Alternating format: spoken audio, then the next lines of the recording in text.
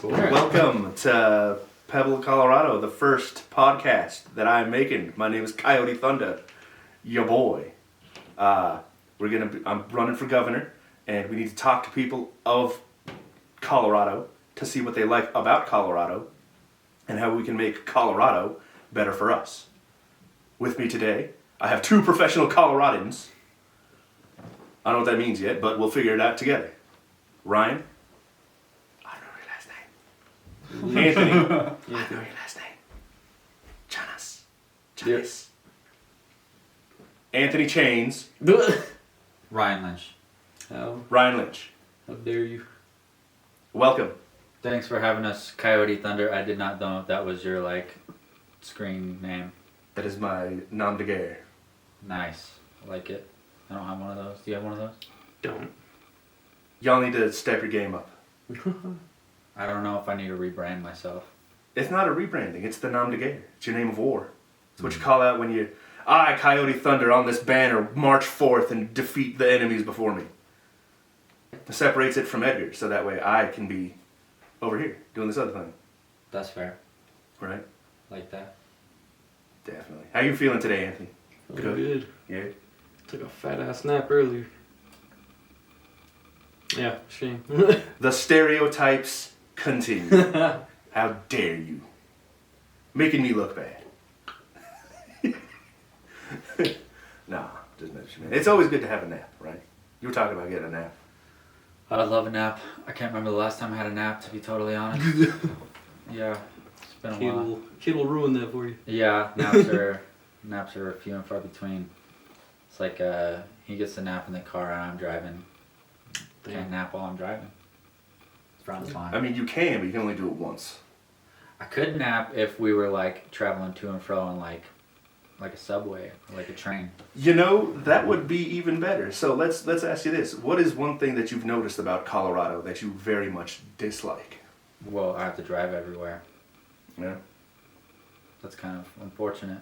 I don't like cars. I was talking about that with people I was just with. They're like, what type of car do you like? And I was like, I really don't like cars, actually.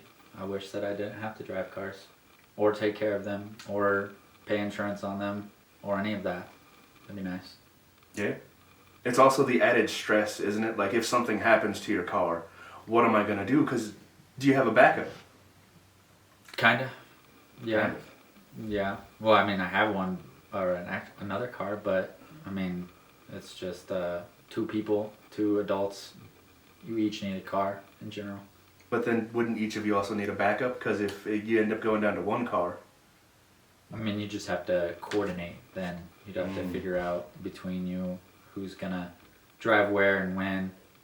You'd have to especially with two jobs, each of us having a job, and having to take a kid to and from places. Yeah, having one car down would be unfortunate. Well, do I have something for you? But we'll get to that in a moment because I will say, I'll counter that. I love cars. Truly. I have a Subaru. I want to do some rallying. I like to drive because it's a way to... It is, in my opinion, the ultimate symbol of freedom because you can go anywhere, whenever you want, wherever you want. But when it's your only option, it definitely becomes a shackle. I can see that.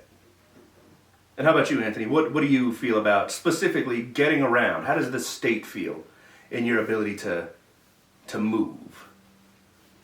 It does feel like it's mainly, let's say, city's been built around cars. Not people with public transportation, people who don't want to own a vehicle. Or the people who can't. Or, yeah, can't either. It's unfortunate because there are people who say are in wheelchairs. They can't drive themselves wherever they'd like to. But see, this is where I, Coyote Thunder, have a solution. Let's install some trains, specifically a subway system. But specifically, when we build it, it needs to be at level. So that way, if you're in a wheelchair, you can go in. It'll be cheap. Let me ask you this. How much do you think should be paid for on a train compared to the price of a car? Like the fare? Yeah.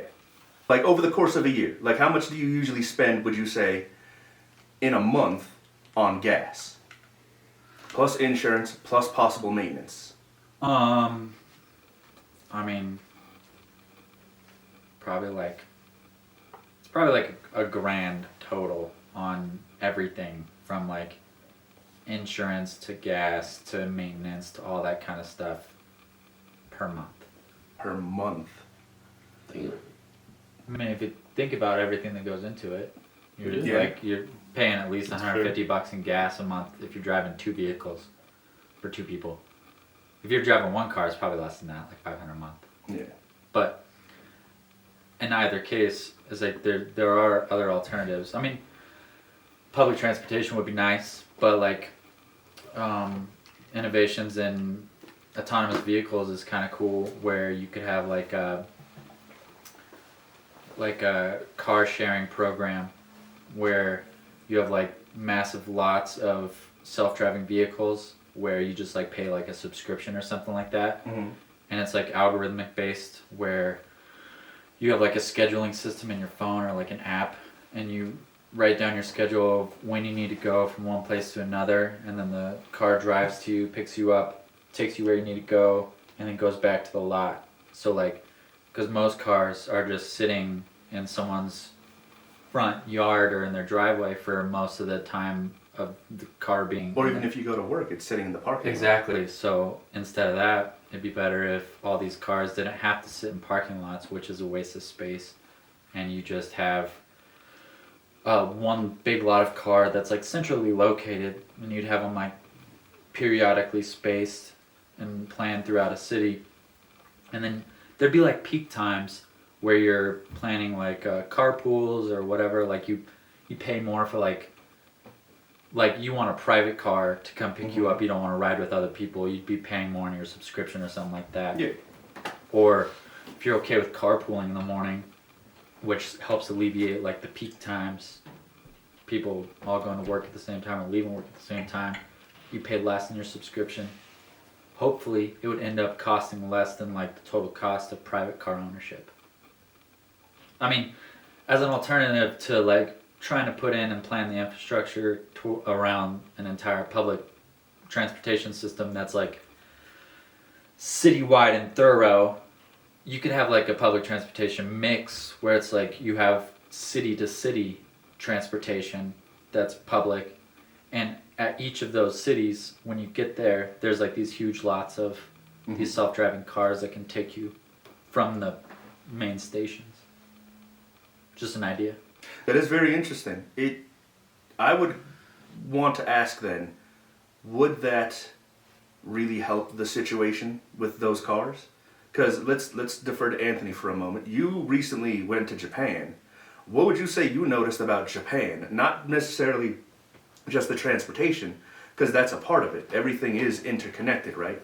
The city itself, the locations you can go to, the destinations, where you can be outside, is determined by cars. But Japan, what did you notice there? Everything's within walking distance from a train station.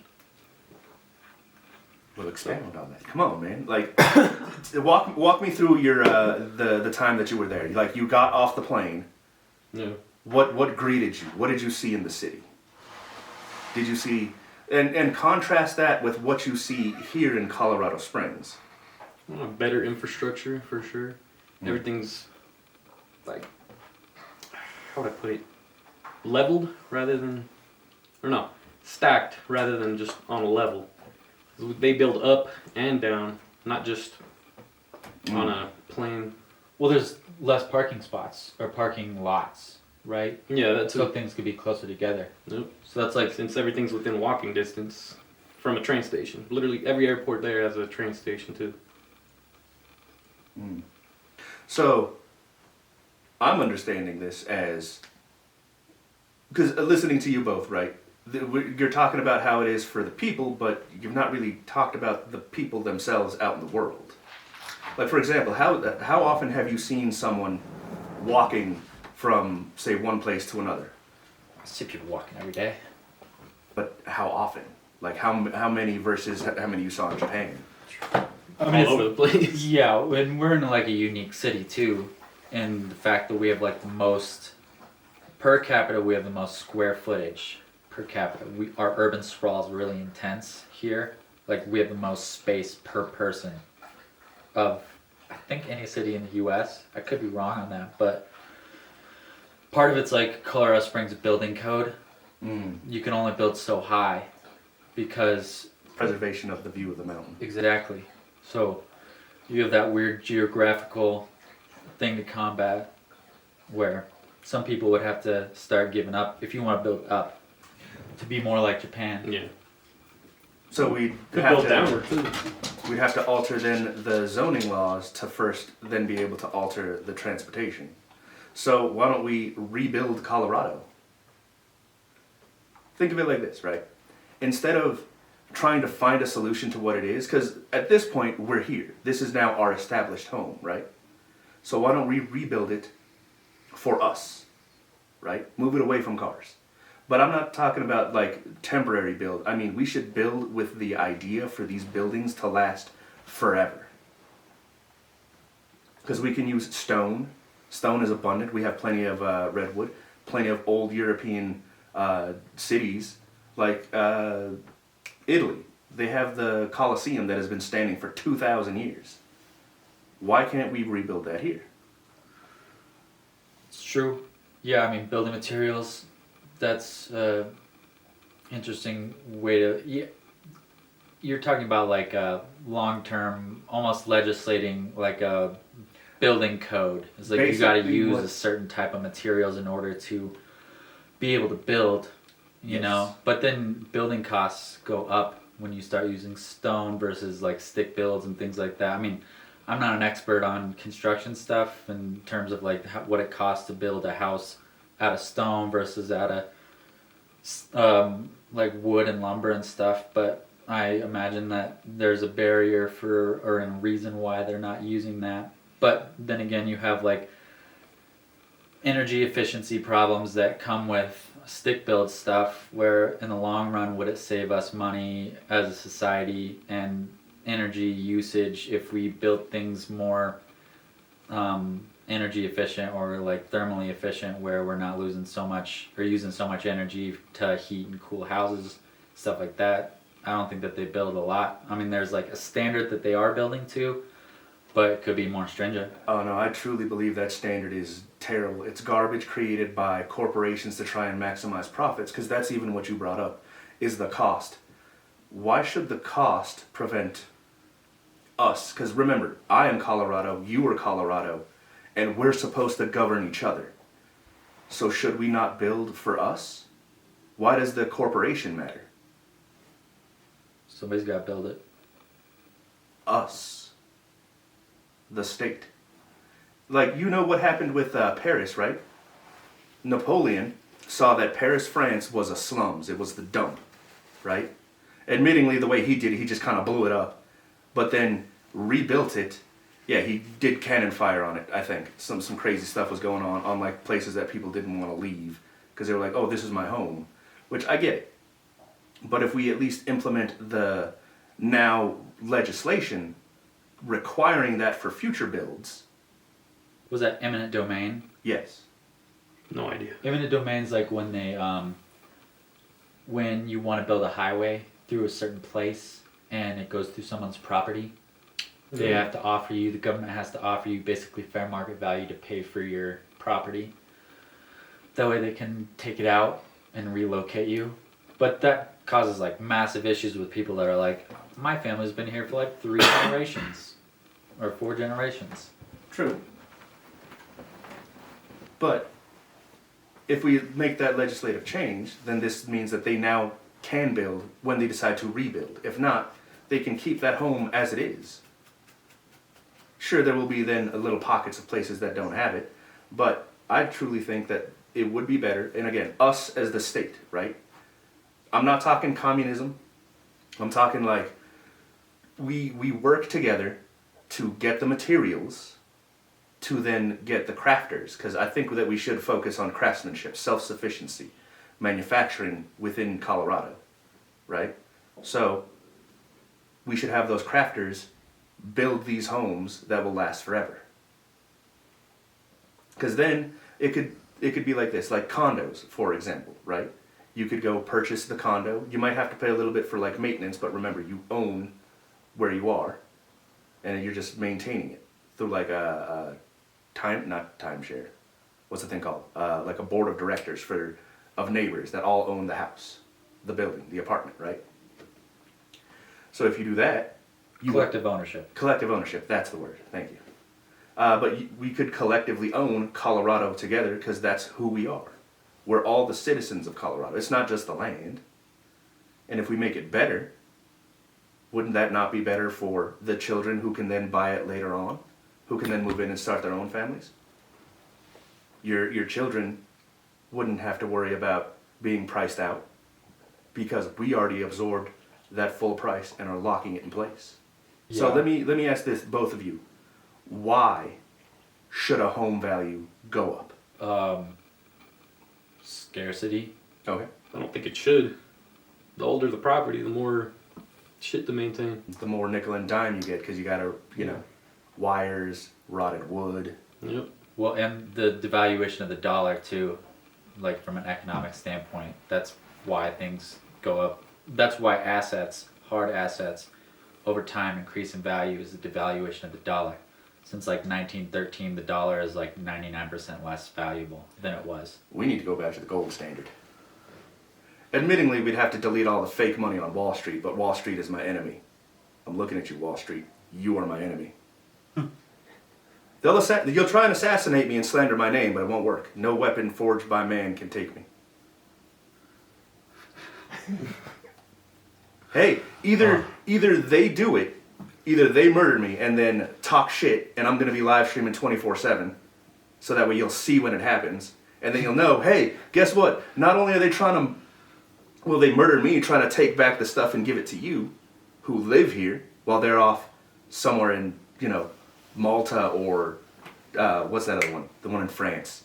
They got the circuit. Monte Carlo, that's what it is. Mm. That's where the billionaires go. Should they matter? I mean, No. I'll wait. So if they murder me and they slander my name, you'll know that, hey, they'll murder you too and slander your name to keep you a renter. I don't think that we need like a revolutionary overthrow of anything. I think that we need a reclamation of the things that we already got. Because Exactly. we already had in place a system that was created for the people to be able to change the rules and make things how they want them to be seen democratically. It's just that they've been co-opted and our mechanisms have been deteriorated to the point where it's not really representative of who we are or what we want. It's more or less, it's like coercion. We're being convinced that we want this through really advanced psychological tactics, like things that are way beyond what we can comprehend on a daily basis. It's like Sigmund Freud and all these guys figured out psychological ways to convince us to do things, and without us even knowing it, like subliminal messaging and things like that, where we think we need to live a certain way or do certain things, and we're just being told and convinced this by like agencies and corporations that have these insane marketing budgets, and they just have figured out a way to kind of guide us. It's like we're not willingly deciding to do things anymore. We're being convinced to do it without our will, Then what if I'm working to take it back from them? Would I be supported by the people? Or because of that, propaganda they've been exposed to, would they fight against it? Would they fight against their own interest? I think that's what you're fighting against in general, is that they think that most people think that they're able to control their lives in a way that people think that they have control over their lives for the most part. Mm-hmm. And they think that somebody coming in to tell them that you don't actually have control over your lives, I'm going to be the one that's going to take back control for you. That's kind of a tough sell. Mm. There has to be like a level of trust there, you know? I don't want to take it back for you though. I want you to see what was taken from you. So let's show you what was taken from you. Anthony, do you know what was taken from you? Homes. Yep. Like, are you aware of BlackRock? And they'll try and deny it, but it's through Oh, I'll bring it Blackstone, up. so they'll be like, oh, it's not actually BlackRock, even though Blackstone is a subsidiary of BlackRock. If you follow the money, they own one another. It's all where it is. And collectively, they own 1/4 of all homes in the United States. Same with Vanguard and State Street.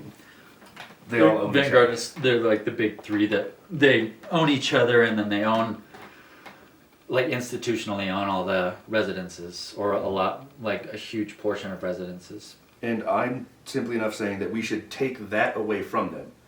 If you're a corporation, you're no longer allowed to own property at all. If you are an LLC, though, because you are then a person eligible to be held responsible for your actions, because you know a corporation is considered a person, right? Yeah. I mean, so is an LLC. Honestly, I think we should just get rid of entire corporate personhood. Only a living, breathing human should be allowed to own. Yeah. Yeah, I mean, if you want to get together with your friends and all make an investment into something, you need like a legal entity to make that happen. As a group, what would you call that? Well, someone is going to have to make the final decision, aren't they? Even if it's a board of like people, right? The final decision is going to come down to one person. Doesn't have to. So then each person can be a owner. Each living, breathing person. So let's break it down. Here's my thought as to how we can, one, take back all of our homes, right? We make it so where only living, breathing humans can own. We get rid of corporate personhood. They can no longer enter contracts to buy anything, whether it be land, raw land, other businesses. So, as Colorado residents and U.S. citizens, I say you should be able to own 4 properties. Now, these are residential properties. These will be either single-family homes, duplexes, triplexes, or fourplexes. You can also own 1 apartment building, and that is anything with 5 or more units in a single building. And if you have a business, you as the owner can own up to, say, 4 business locations per city. Because if you expand, of course, I don't want to stop you from expanding, but I also want you to do a Starbucks and you'll be on every single corner because you're franchised out. What would you say to that as a restriction, mainly to stop the people at the top from owning too much? Anthony, your thoughts? I think that's a good idea. You know, keep it to where a person has to own the property, not a corporation. Because they're always just gonna branch out and invest in themselves. Mm-hmm. It's never gonna go back to the people. And also to kind of talk with what you said, Ryan, if there are multiple people who come together and start a business, well, each person's name can be as an owner on that business. Why does it have to be the entity? Why do they have to hide behind a corporation or a LLC or a trust? I guess you're talking about like kind of the structure of capitalism and how people can all invest their collective capital into into any venture that they see fit. It's shareholders, they all have a vote. They can all be a part of the decision-making process behind the corporation. Theoretically, that's how it's supposed to work. And what you're talking about in terms of limitations on what any individual can own, it's pretty radical. Like, very, very radical in contrast to what we got going on right now. I'm not saying that I disagree with it. Mm-hmm. I'm just not necessarily... I think that you got to take smaller steps to get there in the long run, mm-hmm. or to convince people that that's even a good idea. Because right now, the American dream that we've all been sold, which is a lie, I'm sorry to say, and then what a lot of people vote for, what they believe in, is that anybody can go out there, can struggle, can hustle, can work hard, and eventually they can work up to a point of comfortability where they can make investments and purchases and decisions that ultimately increase their wealth and their legacy to a point where they can pass it on and they can leave that legacy for their families in the future. And if you start limiting that ability, then if you start limiting people's perception of that ability, that's where I think you would lose a lot of people's buy-in. Because then they're like, wait, you're saying that I can only, if I work really, really hard, you're capping what I can get? Like, Yes. if I'm working so much harder than the next person, you're just going to cap what I can do? Yes. So you're saying, like, I will putting a number on it, it's like $1 million is the most that any one person should have. That's different. I mean, that's what you're saying. In different words, it's like assets, money, same thing. Like what you can buy with that money, assets. Like if your wealth is not in dollars or like hard cash, it's in ownership of businesses or houses or whatever. Like your total net worth, you're putting a cap on it basically. I'd be more so putting a cap on debt, but I would like to counter that with saying, is that not essentially what royalty is? They're just land barons, aren't they? Because if you look at the European crown, they are royalty, but they own the land, and they rent it out to the state. Only portions of it. I mean, through like the mid 1800s, most of the, and through the end of the 19th century, like most of the royalties, ownership of stuff was taken away in Europe through revolutionary processes that gave it back to the people. France, England, Austria. What about like Saudi Arabia though? I mean, they're still doing it. They're still doing the thing. So I mean, we've definitely gotten away from that, which is a great thing. It's kind of what the revolution was all about. I think we need to go further away from that still, because we should not allow any single person to have that much control. If collectively, again, we as the state, and the only time that there should be a singular function should be us as the state, right? Because it is all of us, and only those who are invested, but to give everyone the chance to become invested. Would that not also be, because I also want to say, I don't think capitalism is the correct term for this, because it is coming down to Wall Street, the hedge funds, and the only thing that can be on Wall Street is a corporation. So it's corporatism. It's not, it's all everything being siphoned up to the top few people. Mainly. It's an oligarchy. Yeah, oligarchs. We're It's a dealing with corporate oligarchy. oligarchs now. Yeah, I mean, if you look it up on Wikipedia, like if you look up corporate oligarchy, United States is one of the countries listed on there. So Like we've been that way for a long time. And that's what I would say a form of soft royalty. Yeah, you've changed from like royal families to elitists who own giant corporations. Yeah, But they still bring in their family. yeah. I mean, it just transfers wealth So- down through the ages, and they use advanced like tax techniques to just move everything down without ever losing anything. Yeah, I mean, there's definitely a class of people that are in charge, basically everything. Yeah. And I'm Like coming for you. Like a few hundred families. Yep. That's a tough thing to overcome.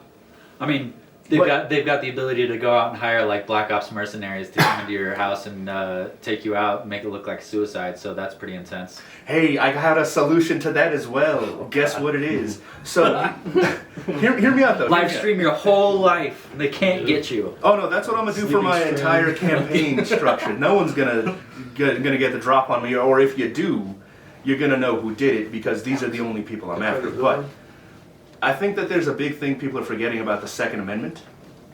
Self-surveillance 24/7. It reads, first, a militia being necessary for the preservation of a free state, comma, the right of the people to keep and bear arms shall not be infringed. Yeah. But if you look at the actual etymology of the words that were used, well-regulated in ye olden meant well-equipped and well-trained. So why don't we, as Coloradans, take on the full and make our own militia, the Colorado militia, to replace the current emergency services of an entire volunteer force of people in Colorado. Well-trained, well-equipped, to be able to provide services. Not just police, but like ambulances, right? So if you ever do need to take an ambulance, well, guess what? The militia is using that as training, so it's not going to cost you anything. Flight for license helicopters, forest rangers. Yeah, let me get some. All of them would be militia members that could be trained. Now, there would be, of course, the difference between active duty and reservists. And all reserve members would mainly be trained in like first aid with basic combat, right? I don't know of, like, you're like talking about making basically parallel civic government systems. No, I'm following the Constitution as it was stated. I mean, we don't need like a parallel, you don't need like two power companies that like put up all the power lines and shit, you know? I do want to take all the power companies though. I want to eminent domain them. Do you know that we have failing hydroelectric dams in the state of Colorado? I didn't know that. We do. There's like 15 of them. We can look them up. 6 of them are in critical failure, and the people who own them are private companies, and they don't want to spend the money to fix them. So I figured, as the state, we eminent domain them, deduct the price from what it's going to cost us to repair it, and then us as the state can now provide electricity as a service, so we're not charging taxes. But how is that connected though to the militia? Because I'm not saying we replace like the military. The military is going to remain the military. Yeah. I'm talking we replace the current emergency services, right? Police, fire, EMTs, state troopers, forest rangers. What you think about that? Well, listen. I'm doing it. You listen? Do I gotta repeat any of that? Boy! I think, yeah, the Second Amendment, we always forget the first part. A well-regulated militia. Like the state of Colorado should have something like that. The police force is a completely different thing. Like, It's a gang of thugs. I guess, yeah. That's my opinion on it, completely. I know there are good people in it, but they're few and far between, and the unions do their best to kick them out. That's another one, dude. Unions keep probably like the worst of the people. Because you work for the post office, Yeah, right? And that's a union. seen a lot of. Now, without naming names or locations or anything like that, No. what would you say the union has actually done for you? Not a damn to collect my money. Not a damn thing other than that. Like, Well, they they do fight for contracts like every year with the post office. Like they regulate cost of living, like adjustments. They work on getting your like pay raises, but that's just for the contract. Other than that, that's like nothing else. well, I mean, without it, I guess where would it? Oh, they probably treat us like shit at work. Exactly. Yeah. And that you would have, because they were able to charge low prices for the postal services rendered because you've got public funding for it that subsidizes it, and without it, yeah, who would be fighting on your behalf for that pay? That is true. It's kind of weird though. They always talk about the last like 7 or more years. They've been at a loss. Like no profits have been made. It's just straight up loss. No doubt, yeah, Yeah. definitely. They've been operating at a loss for a long time. But if it's a service that we need, Yeah. why should we care about the cost? Well, I mean, yeah, you got to subsidize it. That's the argument, is we've got to. I mean, the right now the Canada Post Service they're all on strike right now because same thing. They're all operating at a loss, and their unions aren't able to or haven't been able to come to an agreement with the government on like the pay increases that they want. So yeah, they've been on strike off and on for like the last 2 years. Oh shit. Yeah, every time I send some shit to So- Canada, I'm like, is it gonna get there or no? It'll sit up there for like months. Get frozen. Hey, at least it We won't don't- spoil. Because you send something out USPS to go to Canada, Yeah. and then it transfers over to the Canadian Post. So I haven't been sending anything via USPS up to Canada recently because Canada Post is on strike. So Yeah. inadvertently, they're affecting USPS. Oh shit. I didn't know that. There's something in our contract too that like we're not supposed to be on strike. Like we can't do that. Or it is like I guess a fireable offense. From what I've heard. Oh, it's like a no strike clause. Yeah. It's weird.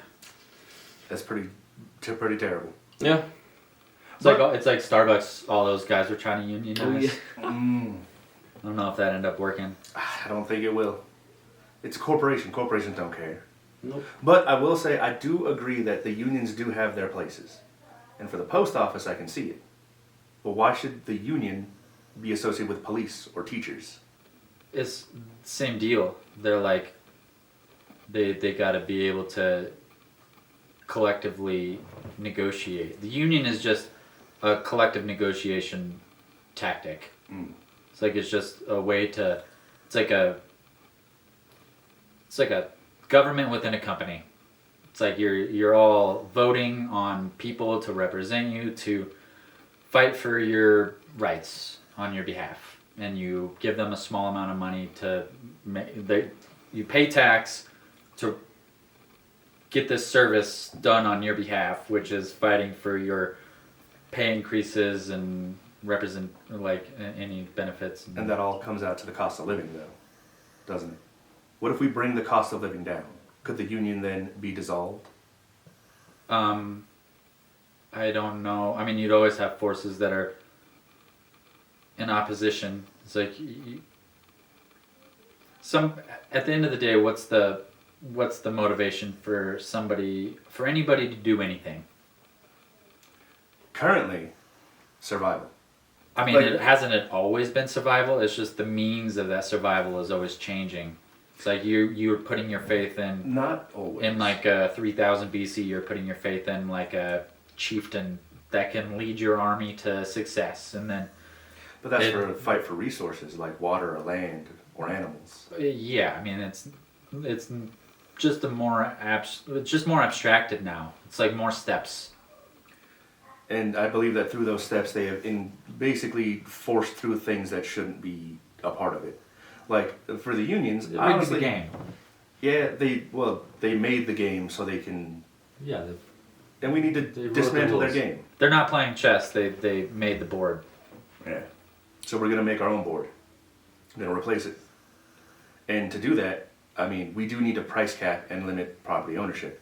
Because imagine this, Anthony working at the post office, making, I don't know, minimum wage even, $7.50 an hour. But if we price cap, say, a townhome to $50,000, that would be an excellent starter home for Anthony. Who would build it if it costs $200,000 to build? It won't. Why not? That currently it costs like $200,000. Like my friend, he works in construction. He's a PE. He knows how much raw building materials, how much it costs to actually build stuff. It's like in the cost to actually build. But those companies are trying to maximize their profits, aren't they? In order to pay their own workers living wages.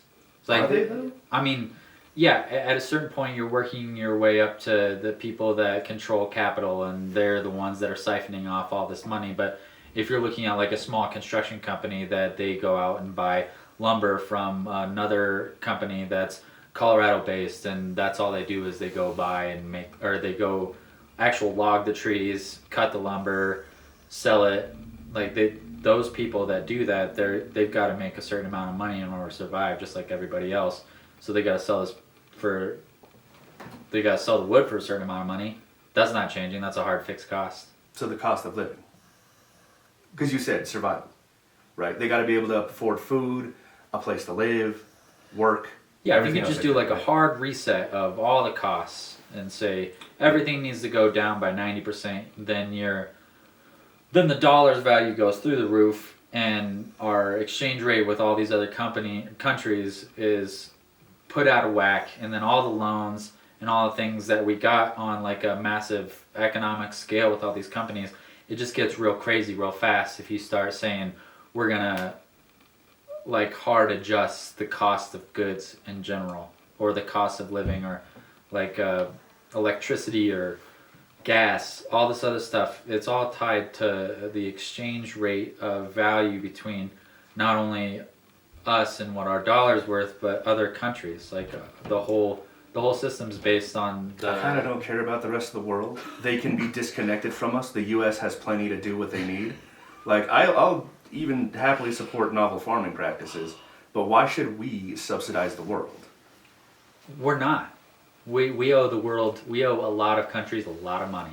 I understand for like wars and stuff, but other things I don't believe in because it's all fake money.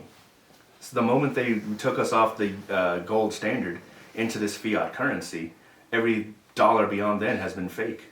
We've been taking loans out with other countries to. We've been taking loans out from the Federal Reserve, which is a privately held institution that loans money to the U.S. on interest, and then our taxes go to pay that back. Yeah. I think that needs to end. Isn't it coincidental that the Federal Reserve was created 1 year before World War One, and then financed entirely World War One? Or that the people who were against the creation of the Federal Reserve just so happened to be on the Titanic, and the Titanic sank, and that was April 15th, and that just so happens to be tax day? And the coincidence. I get it. It's not like you guys have plans. It's not like evil can be smart. Yeah. I mean, there's certain things that you can and can't fight against on a small scale. Like if you're just starting up, I think that you got to try and limit and define the problems that you're trying to address and address them critically, like step by step, down to more specific details. Like, I guess, how are you going to, instead of just talking about these things in an abstract way, what's the process or what's the the way that you're going to work on these things? Like, take one issue at a time and get a whole group of people that are experts and bring them all together and it's like, hey, we're gonna look at this one and we're gonna define it on these scopes and we're gonna. Now, when you say experts, you mean people in the field or people who are passionate about it? Could be a variety of sources. Because I'd rather keep people who are in the industry who are more interested in their bottom line out of this conversation. I'd rather have the people who are passionate about it because in the end of the day, money means nothing because we can't take it with us beyond when we die. And if it's taxed so much that our children get nothing, what's the point of making money in the first place? Yeah. Right? So I am saying we should do a hard reset. We have to, because it's better than continuing in what we have right now. So here's the hard reset. Us as the state of Colorado, we're getting rid of income tax and property tax. We're moving to sales tax only. We're also taking over the production and generation of all utilities. So electricity, we'll build nuclear power stations. It'll take some time. I'm not saying it's going to happen like overnight. Rome was not built in a day, remember? Yeah. Nationalizing things doesn't always make it better, though. It's not nationalized. It's owned by the state. That's nationalized. I mean, okay, so think about the state as an independent nation. We are a collection of states. We're all run individually or independently, correct? Correct. You know, we're the United States. Well, each state is its own entity. Exactly. So you're nationalizing on a Colorado scale. No. Here's the reason why I'm saying that you are not, that we are not. Because it may be by the state, but the people are invested in it. So now we're back to the stock market. So you as a stock owner of, say, Costco, as an example, I love Costco, you guys are great. But if you own a bit of Costco, as an owner, you are entitled to the benefits of being an owner of Costco. So you as a resident of Colorado, citizen of these United States, or even permanent resident of the U.S., but as long as you're a resident of Colorado, you were invested. It's like a co-op. Exactly. It's not nationalized. It's not owned by faceless elites in D.C. It's your neighbor. It's the people across the street from you. It's people in your church, your mosque, wherever you go to, right? I'm in an electricity co-op. Yeah. There you go. So now if we do that across the state, this could bring down the cost of electricity. If we bring down the cost of electricity, it will. I mean, my electricity cost goes up every year. And we're in a co-op. We have board meetings, people attend them, they decide what needs to be done, gotta make investments into the infrastructure, gotta build new things. I'm gonna need to bring on some of those people in those things so I can really grill them. Like on a line item base, hey, show me your budgetary line items that are going up in cost. Yeah, absolutely. Let's drill up to the people that are making this conductor valve cost more for some reason. Exactly. Like the Department of Defense. Did you know for a fact that Lockheed Martin ended up charging $500 for a screw like this, made on a CNC machine that anyone could make? Oof. I They believe they that. always inflate the cost because they're always trying to skim more off the top. It's always the increase of bureaucracy. Defense contracting is whack. It is. I hate it. I despise it. Defense only, it doesn't exist anymore. It's now the war. They're creating Oh, yeah. wars The to. Department of War. Exactly. It's. God, dude, that's a, I don't know what y'all think about that, but that seems like a bit of a jackass move. It's like I don't know. I'm not a geopolitical expert. I just am more of like a protectionist. I think that all the manipulating and stuff that we do on a worldwide scale, it just, I don't know, never really seems like we should be doing it. We spend a lot of money. And I know you're not the only one who We thinks spend like a lot that. of money on I stuff. do. Anthony does. I'm sure you do actually. How do you feel about that? Because you've been quiet for a bit. I know. Just trying to process all that. I'm not too. You're the everyman. Let me ask you this. What's This is a random question. Do you have both an internal narrative, like you can have a conversation, or you're watching a movie, and can you rotate a three-dimensional object within your mind? Fuck. Probably not. Give it a try. You at home, do the same. I want you to have like Morgan Freeman narrating a penguin sliding down a hill. Now, get that penguin very three-dimensionally, and I want you to, as a camera, go around it while it's sliding down the hill. Go. I just did. You ever drink coconut milk? Yeah. Pretty good. Yeah, I was feeling dehydrated today. We got some coconut water, actually. It's better than the milk because it's got the magnesium and stuff. Damn, I might have to partake. Electrolytes? I'm good. I'm good. I still got some left here. All right. Yeah, I appreciate that though. Yeah, I've been trying to take care of my body a little bit more. Let me ask you this. Do you wear a lot of plastic still? No, I try not to. Mm. I mean, I'm wearing these like sweats right now, and they're like plasticky, but Like nylon, polyester, spandex, any of that material? yeah. Rayon I even? mean, I try not to. I try to wear like mostly cotton stuff if I can. I like linens, wools. I don't like cotton as much because it uses a lot of water. Hemp it uses less because that's the other thing. Not Color, linen, man. Linen's pretty cheap. I got mine Good breathable from material. Dude. Dillard's on sale. Is that linen? Yeah. Yeah, I need to get some linen for sure. I've been slacking on like I like know that I need to get it, but I'm just like not out shopping. I never shop for clothes, like never. Mm. And you know what's crazy? We're bringing this back to the corporations. They're selling us all the plastic. Yeah. All the nylon, the I polyester, mean, they don't the, care. the vegan leather, which is really just another form of plastic that they're It's leather. upselling as well. You guys ever seen mycelium leather? No. Is that What's the that? It's like mushroom? Mushroom. Yeah, it's like mushroom roots. Okay. Like I'd they. probably fuck with that. Yeah, Yeah. it looks just like leather too. What's I it was called? like thinking about making like a business that like makes wallets and belts out of that shit. Sick. Myco. Myco's the company. Yeah. Yeah, they're cool. Cool. I've seen them do some packaging stuff, but I like eating mushrooms too much. I'd probably try and gnaw on it. You're like, oh, let me take my survival belt with me. I don't need to take food. Why? My belt's enough. They like mix in like any is like or any organic material that you can grow with these mushrooms in, and they can do. It's like kind of small scale right now, so it's pretty expensive, but it's vegan. I dislike vegans. I feel like they're a lie. I mean, they're trying to do what probably makes the most sense to fix our planet on like a ecological scale, like a worldwide ecological scale. If you eat less animals, it'd be pretty good. I mean, an animal is never going to create any more CO2 than already exists within the world. Yeah. If anything, it would come down to more so our manufacturing, our vehicles, boats, metal creation. All of that is burning more fuel that we don't need to burn to create these items. A cow is going to eat grass. The grass is going to take CO2 out of the air, convert that into sugars to create a fibrous structure to grow. The cow is going to eat it, break it down, and then fart it back out, and then return it to the cycle. I don't think it's zero sum. I think that it compounds.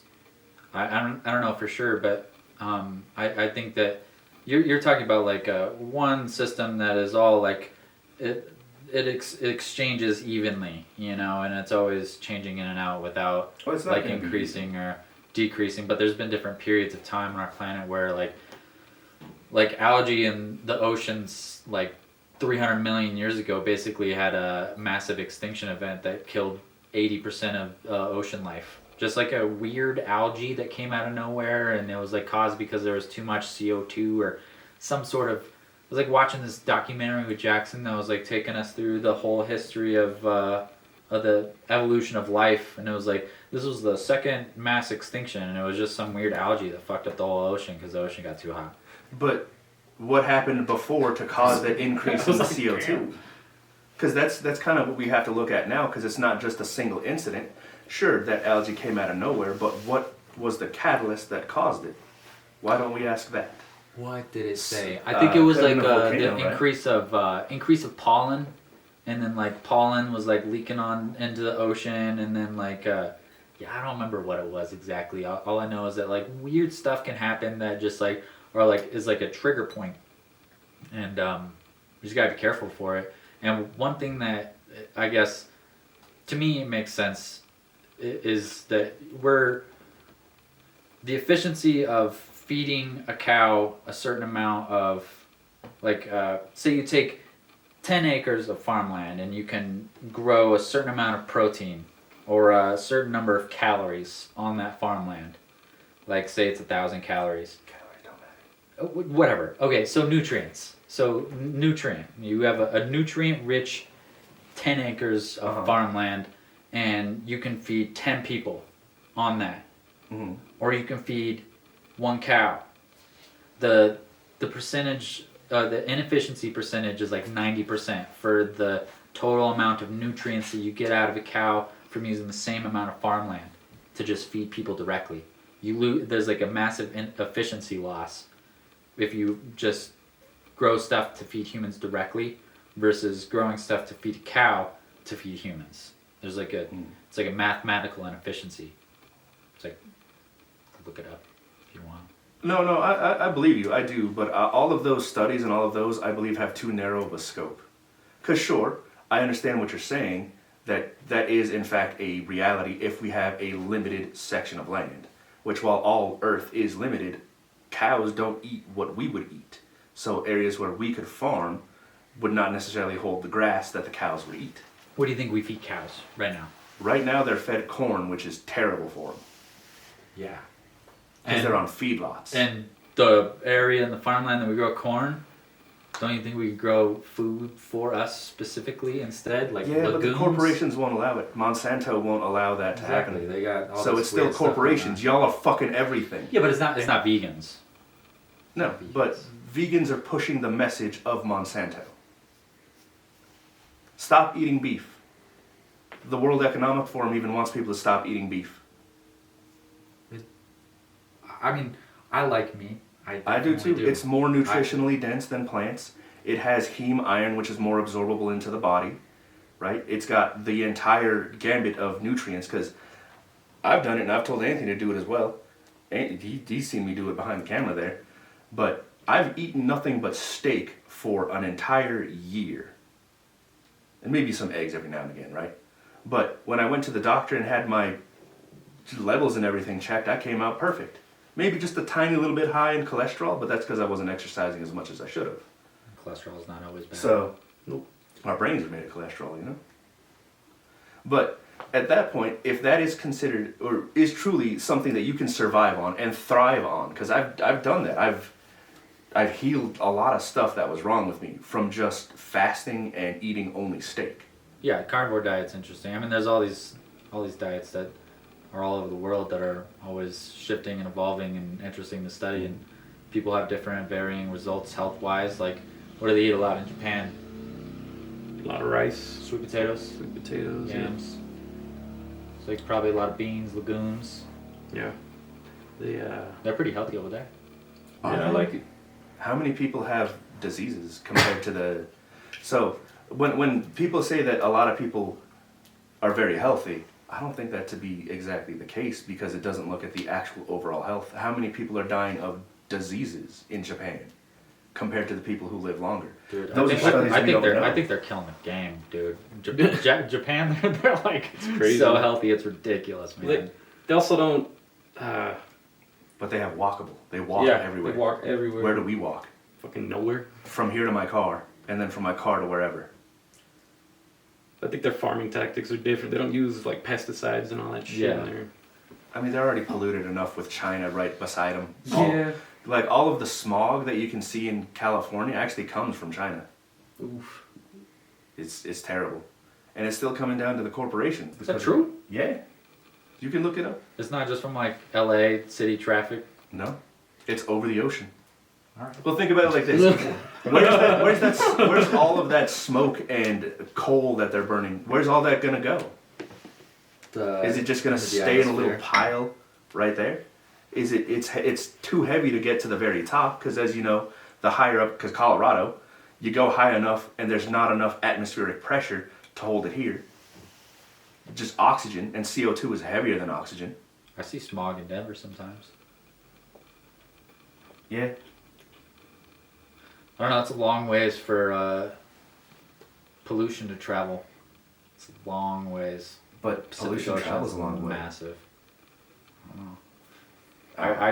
I don't. Send me that. I don't know. I will think send it to pollution you. disappears. We need guy on computer in the back to Jamie. fact check. No, we need a different Jamie. We need someone different. Carl, get to it. That's the name of Jackson's fish. Is it? Yeah. Carl, Jackson's Fish, get to it. I said his name was Karl Marx. The best thing that Karl Marx did for humanity was die. I don't even know what that is. He's the dude who made communism. He never worked a day in his life, leached off of his friends who had money, and then went around Europe and Russia spreading communism. Oh, the oligarchs are the problem. And then he somehow managed to steal everything from the working class and give it to the oligarchs. And then they murdered all the working people. Actually himself, he was in like the 1840s during a revolutionary period of Europe where they were overthrowing monarchies. That's where he came up with communism along with Frederick Engels, maybe. It wasn't until like 60 years later and after he died in Russia when Stalin and Lenin and those guys actually did communism. Mm. Yeah, he was like, And he people wrote died. he wrote the literacy or the literature and like the ideology, and him and like a cohort, and he actually did some pretty good work with some other revolutionaries overthrowing monarchies. Mm. Yeah, it was like 1848 was like a massive monarchy overthrow time period. I could open up another can of worms there, but we're not ready for that. Because there's the people involved in the Bolshevik Revolution that ended up causing all of this. Because I'm aware of which one you're talking about. There's a lot of news that's not talked about. We're also coming up on time though, because Pebble, Colorado, we have so much to discuss. We truly do, and I apologize when felt all over the place. This was our first one though. I want to thank Ryan, Professional Colorado, Anthony, Professional Colorado. There's a lot to absorb. There truly is. There's so much because there's so much that's interconnected, and so much that people don't want to admit that is interconnected. So my plans, which I will tell you all, it will be a clear roadmap as to how they are fully interconnected so you can understand what these changes truly need to be.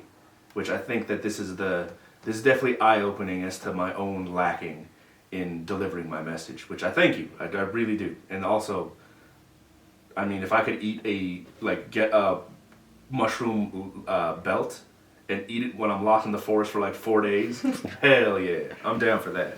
Appreciate you having us on. Yeah, thanks. Yeah. My inaugural podcast too. Hey, This is cool. How you feeling, Anthony? Good. Yeah. Good, yeah. Learning some stuff on the way to. It's like shit. On the way to enlightenment. How does this feel though? How does the lack of what you knew to where you are now? How does that make you feel? Do you feel robbed? A little bit, yeah. A little bit. I blame the Rockefeller schools. You suck. We're switching to Montessori. Do you know Montessori? It's real quick tangent. Yep. Yeah? Yeah. I think that the entire school system in the United States, well, specifically Colorado, because that's the only one I can control, It's proven to should work. switch to Montessori. Yeah, It's proven absolutely. to work pretty good. So Yeah. we're going to do that, and it's cheaper because it's children leading children, and we need less administrative staff. But it's teachers that act as guides for the education. Yeah, I like it. I like the sound of it, yeah. We're doing that, but we'll talk more about that next time. We're going to hyper focus on one thing. We can't hyper focus yet. Actually, I apologize. We need to get the full map out, and then we can point at the map. where we're gonna be. Sound good? Yeah. Thumbs up? What about cool? I got a cool sign off. What do you got? If you want to use it, Let's go. You can cut it after this. No edits, lazy thing. We're not gonna edit a thing. No, Stay, stay bright, stay vigilant, get involved. Peace out. Truth. Coyote Thunder out.